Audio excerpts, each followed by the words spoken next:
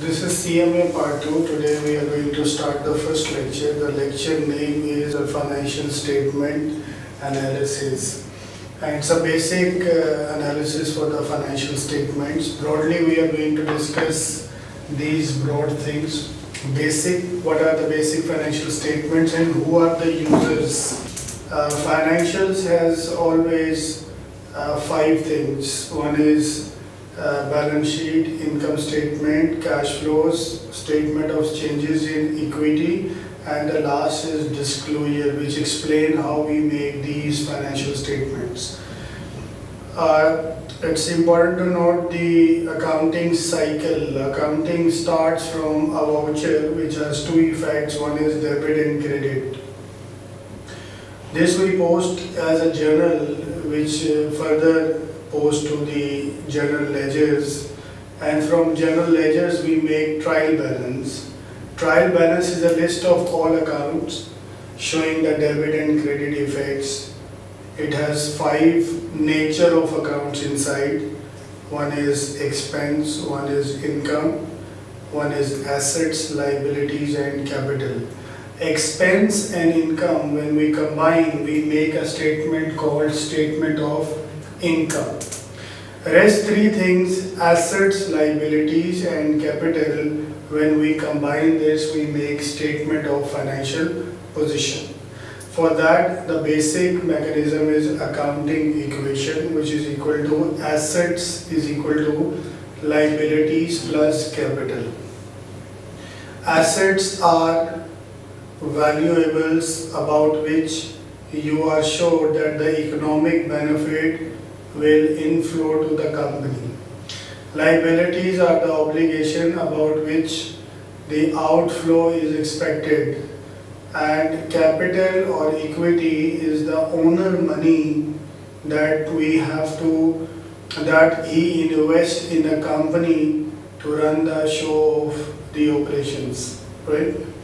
So today our discussion is what is balance sheet, what are the parts of the balance sheet, what different formats we have to understand for balance sheet, income statement, changes in equity, cash flows. We will start our discussion.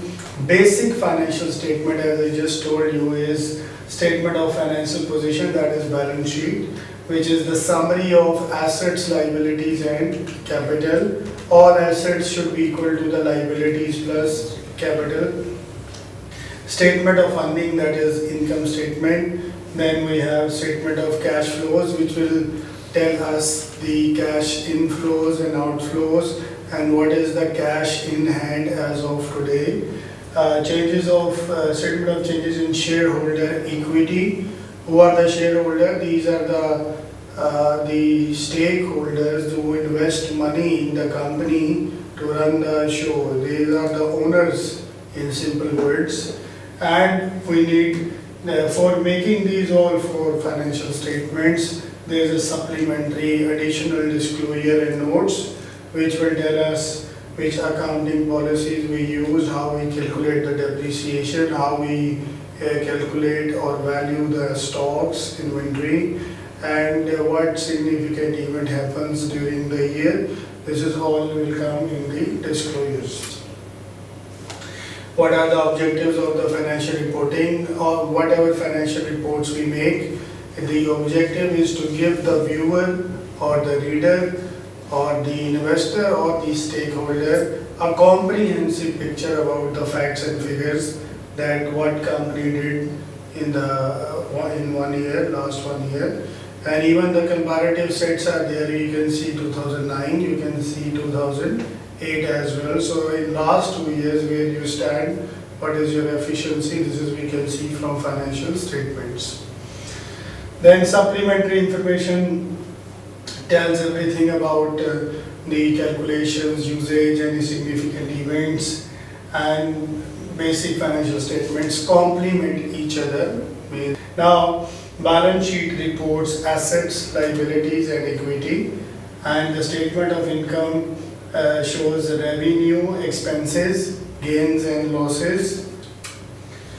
Who are the users? They have the direct and indirect interest in the company in terms of anything.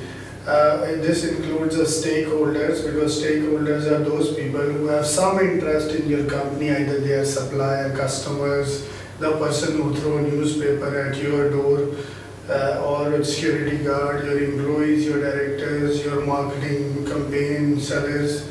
They are all stakeholders, and they are always interested in your financial statements, because if I see your financial statement and I see you are in loss and you want to buy something from me for next 2 years, so it's my concern that how you will pay. That's why now in the big corporations, when they go for a new supplier or new customer, they want their financial statements, their last trade license, that this company is having a license to operate in the country or not, and sometimes we ask for last 6 months bank statement as well before we accept him as our customer or as a supplier, because this is a concern for us that whether they will pay money on time or not. The users, one is those who have direct interest, indirect interest, and somehow we can see it from internal user or external user. Direct interest means the investor, those who have invested in company, they have a direct interest.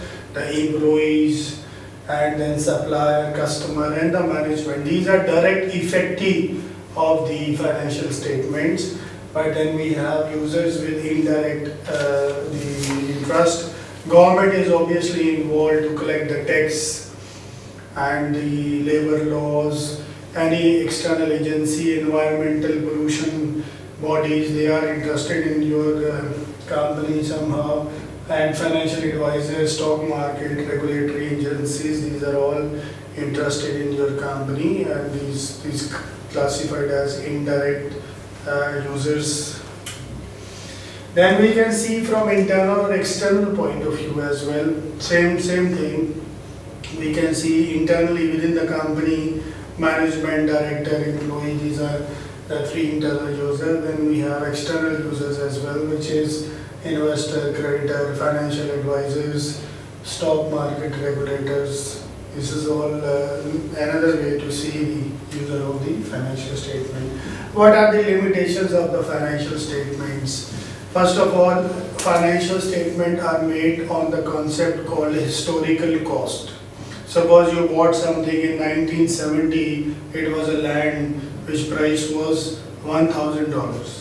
Now this price after so many years has become $10 million. But because your financials, you write everything on cost, can mislead you if you will not apply the revaluation concept, impairment losses, all accounting. If you will not apply properly, it might mislead you. So this is a limitation. Then balance sheet shows the financial position at one date, maybe 31st of December every year. So anything happen after December, in 1st January, first week of January, will come to you later. Obviously in accounting standard we have event after balance sheet, how to adjust that word, but this is, the results will come next year. So during that period investor is not in the true picture. This is a limitation of the financial statement. That is, all assets, either you bought it from owner money or it is by a loan from some entity, from finance or from a bank.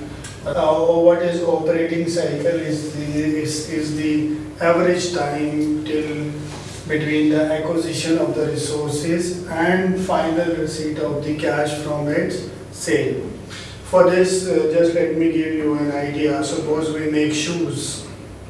First of all, we should buy the leather from our supplier. Suppose we buy leather from our supplier for 90 days credit.